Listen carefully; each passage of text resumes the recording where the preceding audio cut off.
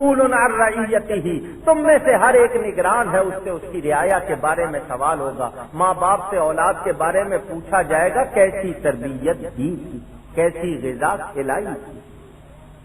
حرام کمانے والے سوچیں اس بات کو، جو اس وقت پرواہ نہیں کرتے کہ حرام ہے یا حلال ہے، بس آنے دو، جو مال آتا ہے ان کو سوچنا چاہیے، غور کرنا چاہیے۔ انکار کر کے آپ لوگ اپنا راستہ بند کریں گے، میرا راستہ نہیں، میرا کام ہے بتا دینا۔ اگر آپ کہیں گے نہیں جی ہم نہیں مانتے، اس بات کو انکار کریں گے، آپ کا نقصان۔ میرا کام صرف پیغام پہنچانا، ہمیں ہوش کرنا چاہیے۔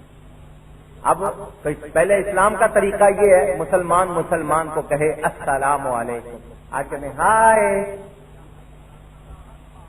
یہ ہائے ہاؤ آر یو کا چھوٹا لفظ بنایا ہوا مخفف، پہلے ہی ہائے پڑے گی تو پھر کہاں سے برکت ہوگی۔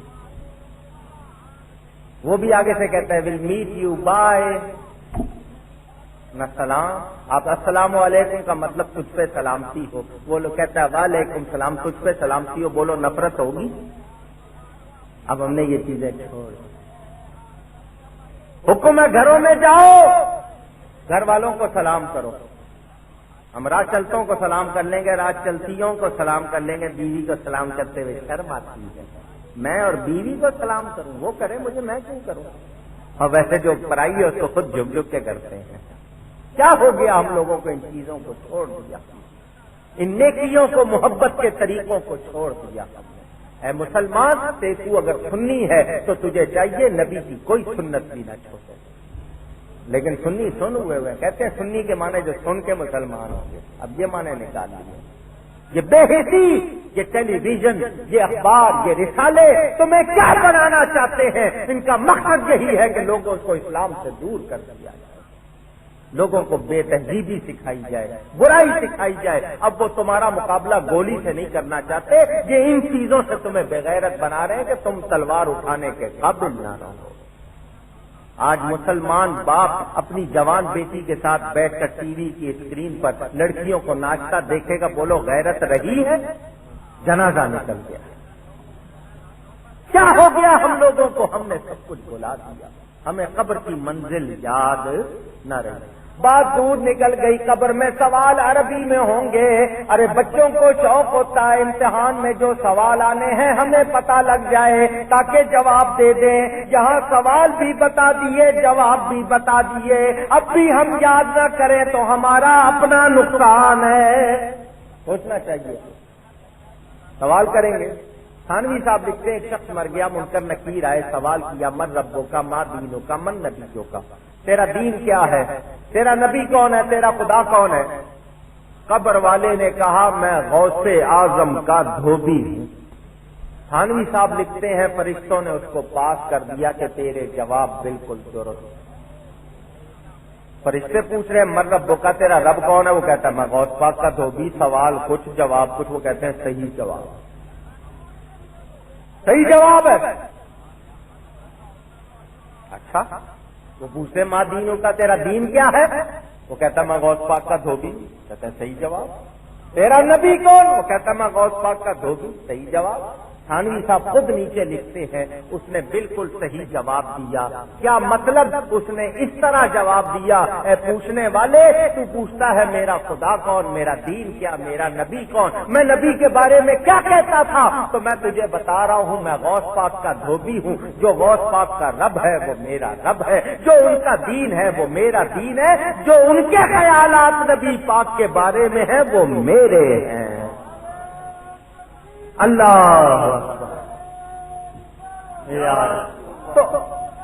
یا اگر ہم بھی اپنی قبر میں منکر نکیر سے کہہ دیں گے کہ ہم غوث پاک کے مرید ہیں، بولو کامیاب ہوں گے یا نہیں ہوں گے؟ ہمیں تیاری کرنی چاہیے۔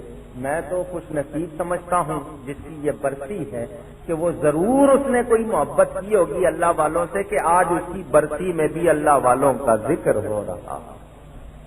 اور فارسی میں ایک مقولہ ہے، کہاوت ہے، زر را زر میں کشد، دولت دولت کو کھینچتی ہے، دولت دولت کو کھینچتی ہے۔ تو جیسی دولت ہوگی ویسی دولت کھینچے گی، حلال کی ہوگی تو حلال کھینچے گی، حرام کی ہوگی تو حرام کھینچے گی، اس کے پاس ضرور نیکیوں کی کوئی دولت ہوگی کہ وہ آج بھی نیکیوں کو کھینچ رہا۔ دولت کو کھینچی نا، کوئی نیکی کی ہوگی، ہو سکتا ہے وہ خود ولی اللہ نہ ہو لیکن ولیوں سے محبت رکھتا ہو، تو یہ محبت کام آتی ہے، ضائع نہیں ہوتی۔ آپ نے شاید یہ بات نہیں سنی ہے تو دوبارہ سن لیں دل کے کانوں سے۔ ایک علاقے میں قحط پڑ گیا، ڈراؤٹ، بارش نہیں ہوتی تھی۔ لوگ آئے علماء کے پاس، اولیاء کے پاس، دعا کرو، انہوں نے دعا کی، یا اللہ بارش برسا دے، یا اللہ قحط پڑا ہوا ہے، سبزہ ہو جائے گا، لوگوں کو پانی ملے، تیری مخلوق ہے رحم، بارش نہیں ہوئی۔ بڑے بڑے تگڑے مولوی تھے، اللہ کی رضا نہیں ہوئی۔ ہر طبقے نے دعا کی، ایک بندہ تھا کہنے لگا آؤ میں دعا کرتا ہوں بارش ہو جائے گی۔ انہوں نے دیکھا یہ نہ علامہ، نہ کوئی پروفیسر، نہ کوئی ڈاکٹر، نہ کوئی مولوی، نہ کوئی پیر، یہ کہتا میں دعا کروں گا بارش ہو جائے گی۔ اس نے دعا کے لیے ہاتھ اٹھائے، یا اللہ میری آنکھوں کی برکت سے بارش برسا دے، میری آنکھوں کی برکت سے بارش برسا دے۔ ابھی اس نے یہ جملہ کہا، بارش شروع ہو گئی۔ بارش، علماء، اولیاء، لوگ حیران، ایک عام سا بندہ ہے اور جس نے اتنا جملہ کہا کہ یا اللہ میری آنکھوں کی برکت سے بارش برسا دے، اور بارش شروع ہو گئی۔ ان کا تیری آنکھوں میں کیا کمال ہے؟ آنکھیں تو تیرے پاس بھی ہمارے جیسی کوئی خاص خوبصورت تو ہے نہیں، تیری آنکھوں میں کیا کمال ہے جو تیری آنکھوں کی برکت سے بارش شروع ہو گئی؟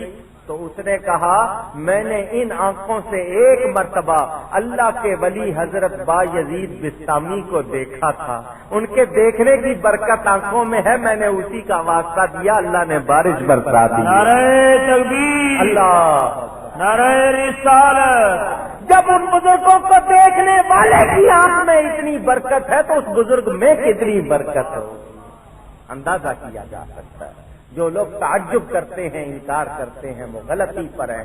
تو یہ ایصال ثواب، اس میں کوئی اختلاف نہیں۔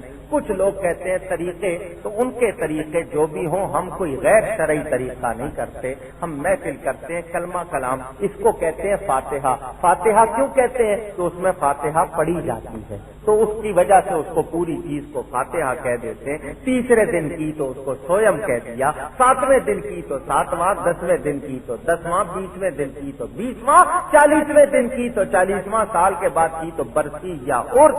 اور میں آپ کو پہلے بتا چکا، کھانا آپ ایک ہی کھاتے ہیں، مگر جس ٹائم کھاتے ہیں کھانے کا نام اس پر ٹائم کی وجہ سے لیتے ہیں کہ یہ دوپہر کا کھانا، یہ رات کا کھانا، وہی کھانا ہے، مگر جس ٹائم کھایا وہ ٹائم بول دیا۔ تو فاتحہ بھی وہی ہے، جس دن پڑھی وہ دن بول دیا، کہ تیسرے دن پڑھی تو یہ سویا، سال کے بعد پڑھی تو یہ برسی۔ تو یہ طریقہ ایصال ثواب کا قرآن سے جائز، حدیث سے جائز، زندہ کے لیے بھی کر سکتے ہو، مردہ کے لیے بھی کر سکتے ہو۔ آپ زندے کو بھی ثواب دے سکتے ہیں۔ مثلا آپ لوگ 2 نفل پڑھ کے کہیں اس کا ثواب کوکب نورانی کو پہنچے تو مجھے پہنچے گا۔ آپ جائیں کبھی مکہ مکرمہ، میری طرف سے طواف کر لیں، مجھے ثواب پہنچے گا، یہ بھی حدیث سے ثابت۔ حضرت ابو ہریرہ رضی اللہ تعالی عنہ مسجد عشار یا عشار، جو بھی اس کا صحیح تلفظ ہے، وہاں کے لوگ آئے، حضور نے فرمایا تھا اس مسجد سے قیامت کے دن شہید اٹھائے جائیں گے، جو اٹھائے جائیں گے ان کو شہیدوں کا ثواب ملے گا۔ تو اس علاقے کے لوگ آئے، حضرت ابو ہریرہ نے کہا تم میں سے کون ہے جو اس مسجد میں جا کر 2 رکعت پڑھے اور کہے ھذہ لابی ہریرہ، یہ 2 رکعتیں ابو ہریرہ کے لیے ہے۔ تو بتائیے آج بھی لوگ جاتے ہیں، دعا کرتے ہیں دوسرے کی طرف سے، طواف کر لیتے ہیں، نفل پڑھ لیتے ہیں، تو زندہ کی طرف سے فرض عبادت نہیں ہوگی، زندہ کی طرف سے فرض عبادت۔ مثلا آپ کہیں کہ میں روزہ نہیں رکھتا، تو میری طرف سے رکھ لے، تو ایسا نہیں ہوگا۔ نفل عبادت، نفل کے معنی جو فرائض واجبات کے علاوہ ایکسٹرا رضاکارانہ طور پر جو زیادہ کی جاتی ہے، تو وہ زندہ کی طرف سے بھی ہو سکتی ہے، مردہ کی طرف سے بھی ہو سکتی ہے۔ صحابہ آئے حضور کے پاس، ہمارے والدین نے حج نہیں کیا، کیا ہم ان کی طرف سے حج کر سکتے ہیں؟ فرمایا کرو۔ کیا نماز ان کی طرف سے پڑھ سکتے ہیں؟ فرمایا پڑھو۔ کیا ان کی طرف سے خیرات کر سکتے ہیں؟ کرو۔ حضرت علی جب قربانی کیا کرتے تھے تو ایک جانور نبی پاک کی طرف سے قربان کرتے تھے۔ اگر یہ طریقے غلط ہوتے تو اللہ والے اختیار نہ کرتے، اور نبی پاک نے اپنی ساری امت کی طرف سے قربانی کی، تو پتہ چلا ایصال ثواب غلط نہیں۔